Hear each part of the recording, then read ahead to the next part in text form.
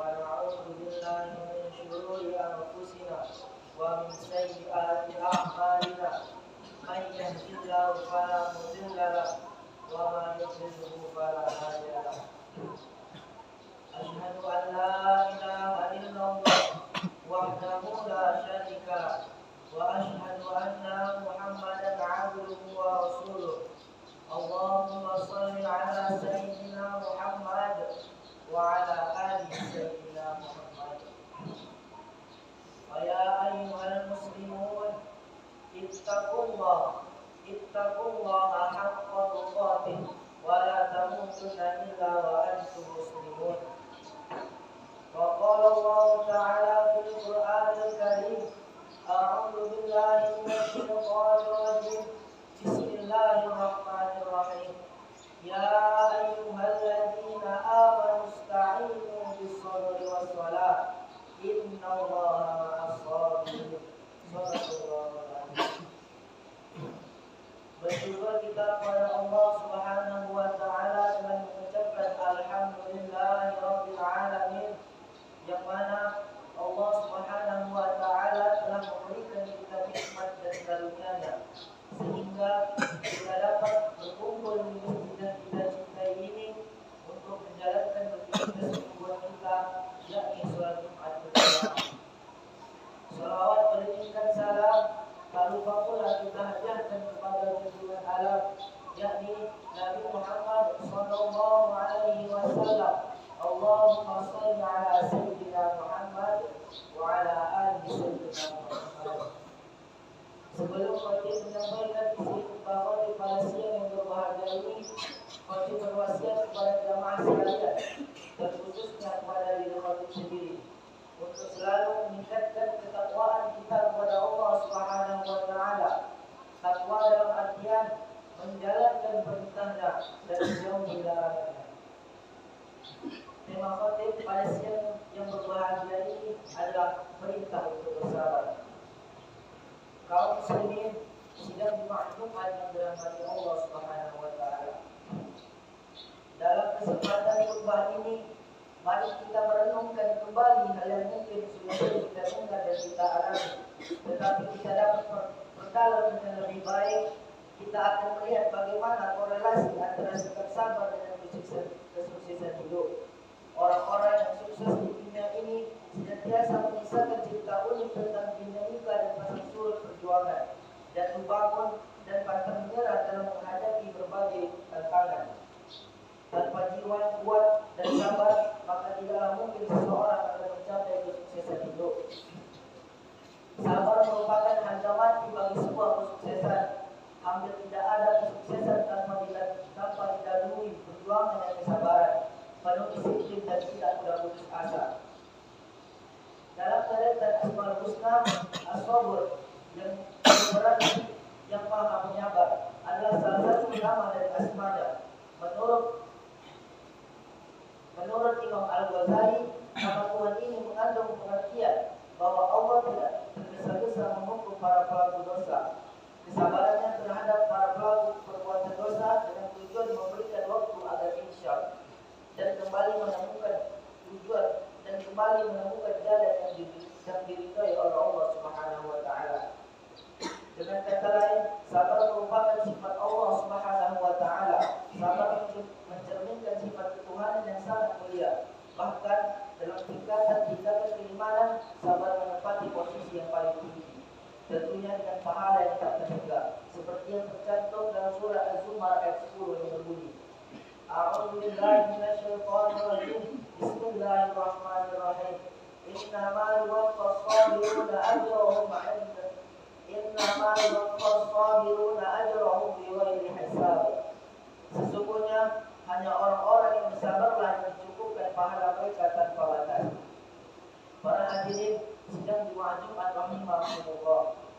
Sabar selalu diidentikan dengan musibah. Artinya sabar seolah hanya ada ketika manusia dihadapkan dengan musibah, padahal tidak begitu adanya. Karena sesungguhnya bersabar jauh lebih berat ketika diterapkan dalam kondisi kehidupan yang normal dan bahagia.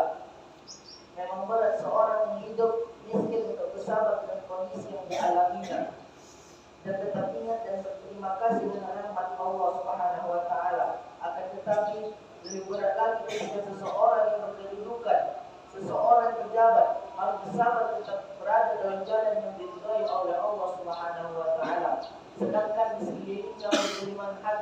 dan kekuasaan yang tak putus-putusnya, mengajak menuju kebenaran dan kesesatan.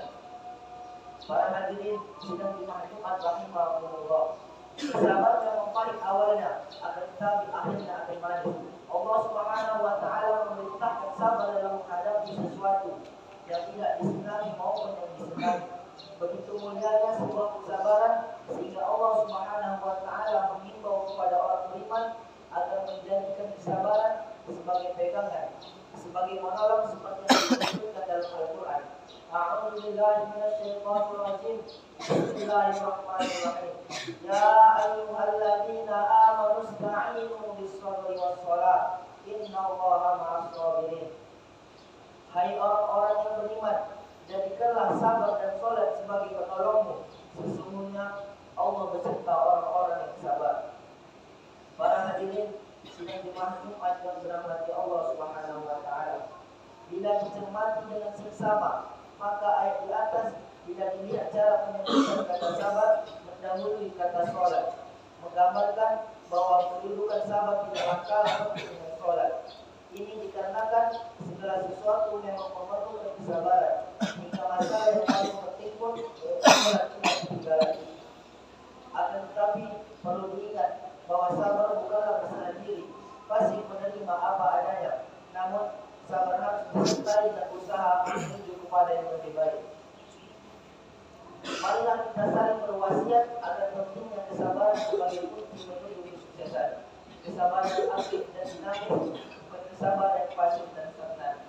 Barakallahu li wa lakum fil Qur'anil azim wa nafa'ani wa iyyakum bima fihi minal ayati wa dzikril hakim wa taqabbala minni wa minkum tilawatahu innahu huwal ghafurur rahim. Allahumma antas salam wa minkal salam wa ilaika ya'udus salam wa aina rabbana bis salam wa adkhilnal jannata daras salam tabarakta rabbana wa ta'alaika ya dzal jalali wal ikram. Alhamdulillahi rabbil alamin wassalatu wassalamu ala asyrafil anbiya'i wal mursalin wa ala alihi wa ashabihi ajma'in. Asyhadu an la ilaha illallah wahdahu la syarika lah wa asyhadu anna Muhammadan 'abduhu wa rasuluh.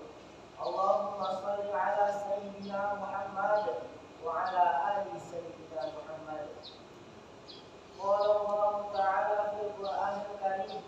A'udzu billahi minasy syaithanir rajim. Bismillahirrahmanirrahim. Wal 'ashr. Innal insana lafi khusr.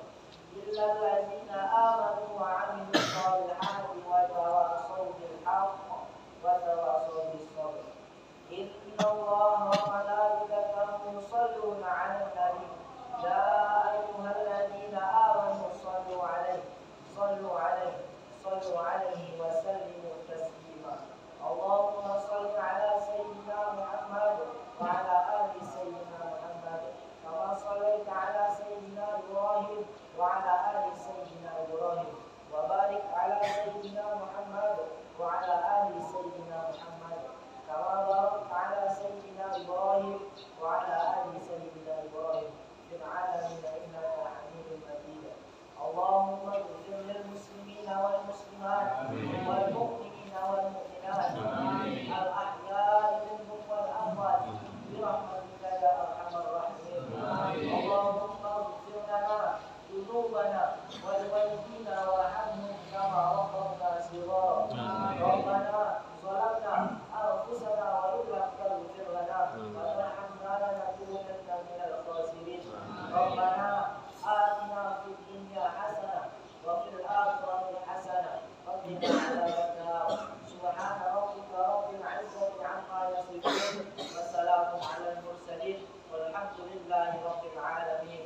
عباد الله إن الله يأمر بالعدل والإحسان وإيتاء ذي القربى وينهى عن الفحشاء والمنكر والبغي